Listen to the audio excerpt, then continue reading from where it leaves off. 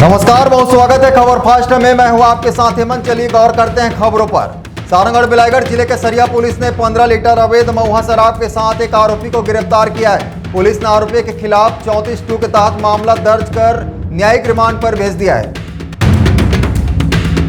सारंगढ़ बिलाईगढ़ जिले के शहरी क्षेत्रों से लगे सड़कों पर धूल मिट्टी और प्रदूषण के बढ़ते स्तर को देखते हुए आम नागरिकों की सुरक्षा और संभावित दुर्घटनाओं की रोकथाम के उद्देश्य से लिया गया बड़ा निर्णय। छत्तीसगढ़ मोटरयान 1994 के नियम 215 के अंतर्गत कलेक्टर डॉक्टर संजय कनौजे ने भारी वाहनों की आवाजाही पर समयबद्ध प्रतिबंध लगाने का किया आदेश जारी। छत्तीसगढ़ में एक बार फिर कोरोना संक्रमण का खतरा बढ़ा। बीते 24 घंटे में राज्य भर से 9 नए मरीजों की पुष्टि, जिनमें रायपुर से 5 और बिलासपुर से 4 संक्रमित पाए गए हैं। स्वास्थ्य विभाग के आंकड़ों के अनुसार अब तक कुल 30 सक्रिय केस सामने आ चुके हैं, जिनमें 28 एक्टिव और 2 मरीज हुए ठीक। सारंगढ़ बिलाईगढ़ जिले के ग्राम पंचायत लेंद्रा में कृषि से जुड़े क्षेत्रीय विकास को लेकर एक विशेष कृषक प्रशिक्षण शिविर का आयोजन किया गया, जिनमें क्षेत्र के 300 से अधिक कृषकों ने भाग लिया।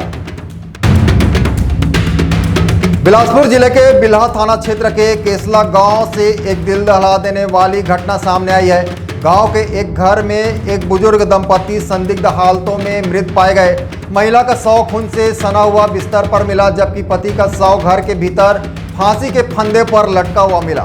इस रहस्यमयी और दर्दनाक घटना से पूरे गांव में सनसनी फैल गई है।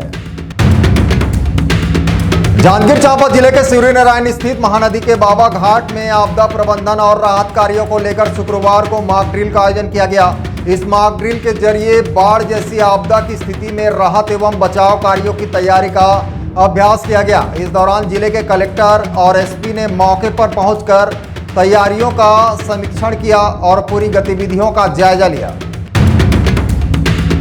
छत्तीसगढ़ का इंदिरा कला संगीत विश्वविद्यालय खैरागढ़ नृत्य संगीत और ललित कला के क्षेत्र में एशिया का एकमात्र विशिष्ट विश्वविद्यालय है। यह संस्थान विद्यार्थियों को एक शोधोन्मुख, समग्र और विद्यार्थी केंद्रित वातावरण प्रदान करता है, जो उनकी रचनात्मक क्षमता को निखारने और कला की गहराइयों से परिचित करने का सुनहरा अवसर देता है। विश्वविद्यालय में शैक्षणिक सत्र 2025-26 के लिए ऑनलाइन आवेदन आमंत्रित किए गए हैं। प्रवेश के लिए ऑनलाइन पंजीयन 16 जून तक किया जा सकेगा।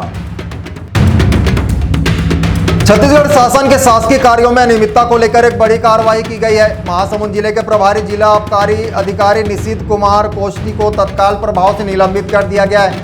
उनके खिलाफ तय दर से अधिक मूल्य पर मदिरा विक्रय, स्टॉक में गंभीर कमी और बिक्री राशि में लाखों रुपए की गड़बड़ी जैसे गंभीर आरोप लगाए गए हैं। यह कार्रवाई मुख्यमंत्री विष्णुदेव साय के निर्देशानुसार शासन की जीरो टॉलरेंस नीति के तहत की गई है।